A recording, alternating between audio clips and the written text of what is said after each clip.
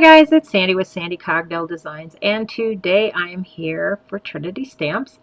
I am featuring their new Porthole circle card add-on die set. I have had a lot of fun with this die since it was released earlier this month. Today I'm making an outer space themed card, and I hope you'll enjoy following along in the process. I will be linking all of the products that I've used down below. Please give me a thumbs up if you enjoy this video. Also subscribe to be notified of future videos. All right, let's just jump right in and get started. To start this project, I am using the A2 Clean Cut Layers Rectangle Set A to cut out 2 rectangles from a white cardstock. I am using the rectangle that is the second largest. I'll go ahead and put that on my paper and run it through my die cutter and get 2 of those cut out.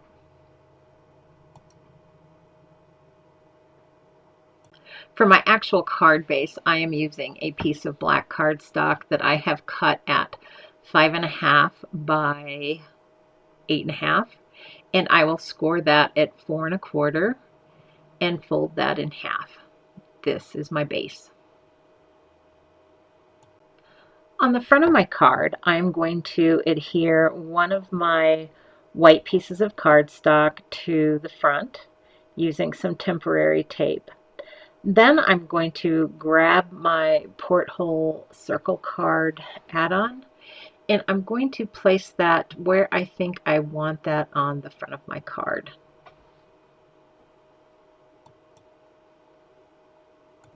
I'm going to be using a pencil to lightly trace the inside opening of that porthole die. I'm going to take a circle die from the Clean Cut Layers Circles die set. It's set A, and I'm going to find one that's going to line up with that outline that I did with my pencil. I'll go ahead and use some temporary tape there, adhere that down to my card, and run it through my die cut machine. I'll remove the die, and as you can see, I now have a little window that is the front of my card that will open to the inside of my card. I'm taking the other piece of white cardstock that I have, and I'm going to put a little bit of temporary adhesive on the back of that, and then I'm going to line it up on the inside of that card where it will eventually be permanently adhered. Next, I'm going to close that card and then use my pencil again to lightly trace that circle opening on my white cardstock. That is going to be where I want the bulk of my stamp design to go. Once I have that traced out, I'll go ahead and remove it from my card base and set the card base aside. I have my Misty Light set up on my glass magnetic surface, and I have determined where I want my gnome to be in that circle. So I'm going to go ahead and just ink that up, and I'm going to stamp him. I do wind up doing him twice just to make sure that I get a really nice impression. My gnome is from the Astronomical Gnomes stamp set, and then I've also got some planets that I'm using from 2 other stamp sets. They are Out of This World stamp set, and the other one is Another Orbit stamp set. Now these particular stamp sets came out earlier in 2025, and again, these are some of my favorite stamp sets. I'm going to go ahead, get those on my cardstock, placed on my cardstock where I want them, and then I'm going to go ahead and ink them up and stamp them twice. I will also use a stencil that I'm going to be using for the little moon surface down below him, and I'm just making sure that I have everything placed exactly where I want it so we can go ahead and get this whole scene created. I wanted to make sure I had a sun in my scene and it wasn't working very well with my misty light. I'll take an acrylic block and just put my sun on that and stamp it on my background here.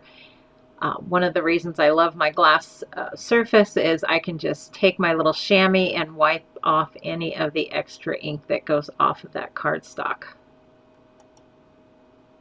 I want to make sure that I have my moon surface at the bottom of my scene here. So I'm going to be using the Crater Layers stencil. And this would have been a whole heck of a lot easier if I had just not been lazy and pulled out my crafty Clingmate mat, but I was.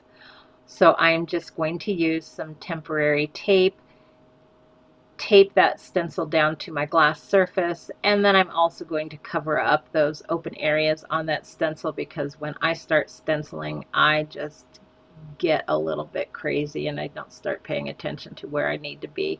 This first color I'm using is Squeezed Lemonade Distress Oxide ink.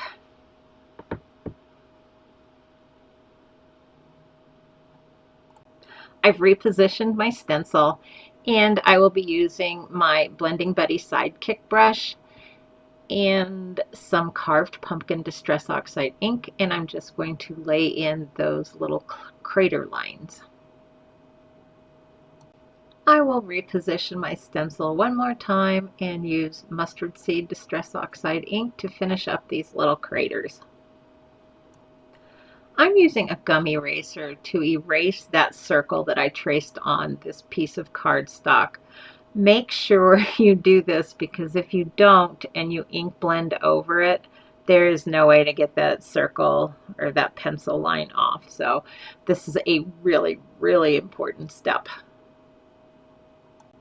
To ink over the little images that I've got stamped on my cardstock, I need to make some masks. I've got a piece of temporary adhesive paper, and I'm just going to go ahead and stamp each one of those images on that. I am using some very fine tipped sharp scissors to cut out these little masks that I've stamped, and I'm making sure that when I'm cutting them out I am staying on exactly on that ink line as best I can. Another way of doing this card, if you don't like all the fussy cutting and the masking, which I totally understand because sometimes I just don't have time to do all of that, you could stamp all of these images on whatever cardstock you like to do your coloring on, and then use the coordinating dies to cut each one of those images out. And that would work perfectly, and it would actually cut, quite a bit of time off of this prep work.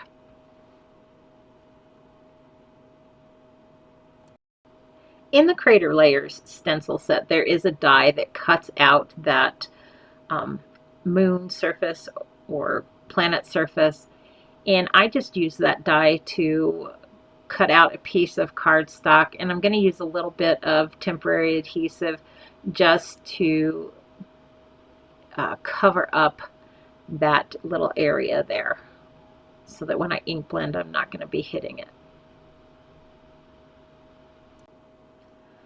Before I ink blend this background, I want to step this up one more level. So I am going to be hot foiling on top of it. Now the cool thing about this is everything is masked off, so I can just use my foil plate and the hot foil and get my stars applied to this background. It will leave a small indentation like in that moon area from where the letterpress plate just kind of pushes into that cardstock. It's a little bit visible, but not visible enough that it makes me crazy. So I just think it works just perfect. And the beauty about doing the foiling now is that you can ink blend over that and then just polish off that Distress Oxide ink and get those stars to shine. So I'm going to be using Citron hot foil and I will be using my little foiling machine here. Isn't that cool how that turned out? Now I'm going to start ink blending, so definitely do not start removing any of those mask pieces at all. I am starting with Salty Ocean Distressed Oxide ink, and I am just concentrating that in the kind of the third part of the lower part of the little sky that I'm creating. The next color I'm going to be using is Prize Ribbon Distress Oxide ink. And I'm going to lay that medium dark blue color in. Also, I am using my blending buddies, and if you don't have these, you might want to give them a try. I really enjoy using them. I think they really help with hand fatigue when you're doing a lot of ink blending. So that's just a little tip for you. And the darkest blue that I'm using is Chipped Sapphire, and that's going to be at the top part of my card. Once I get that put in, I go back and forth between those three colors and just kind of blend all of them together, making sure there aren't any harsh lines. And for the final touch of my ink blending, I am going to be using Black Soot, and I'm just concentrating that color on the very outside edge all the way down to my moon.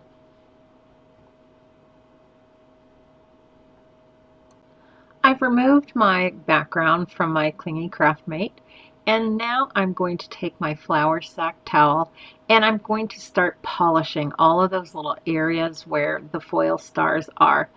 Make sure that you do not remove those little masking pieces before you do this, because if you do, you're going to be rubbing your ink into all of those areas that you spent so much time masking off, and you wouldn't want to do that.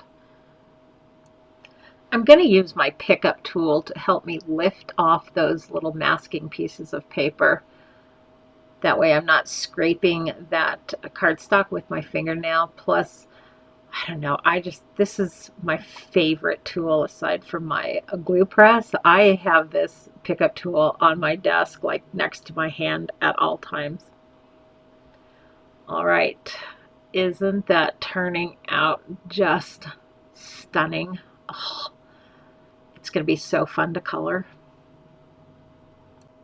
I have colored all of my little friends and planets and rocket ships and everything off camera just for the sake of time.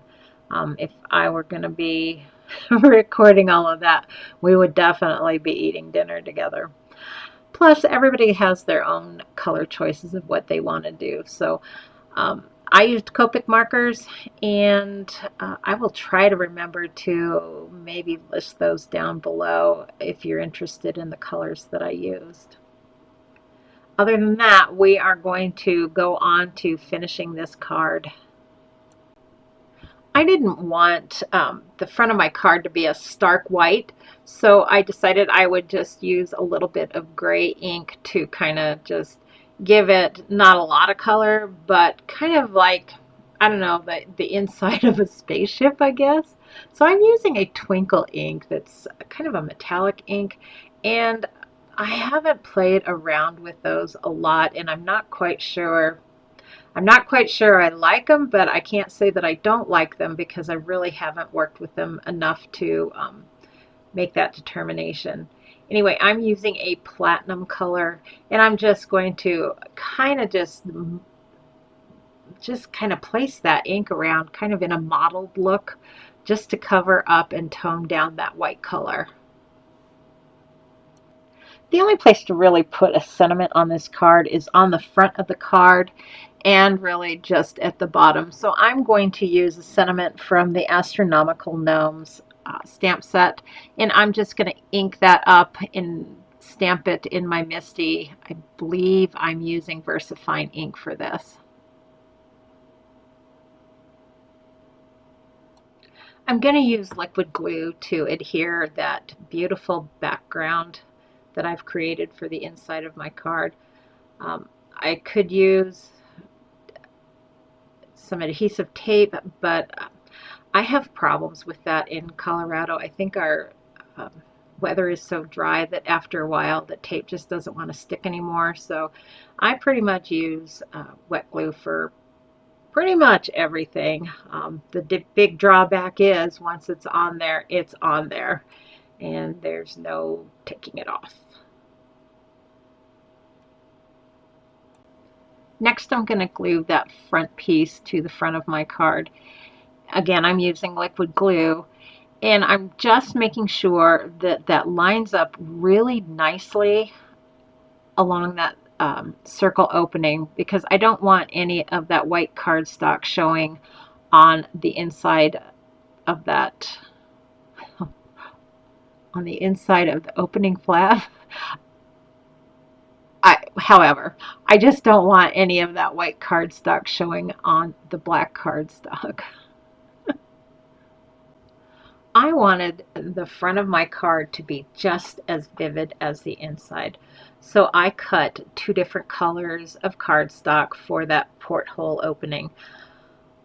I am a terrible paper hoarder, and if I whip out my matte metallic cardstock, you got to know that I'm in love with this card, and I am definitely in love with this card. So I've got like a hot fuchsia color and an electric blue, and I'm using that fuchsia color to do the inside of the porthole, and then I'm going to glue the that electric blue on the outside of the fuchsia, and that is just really going to set off all of those beautiful colors on the inside of my card.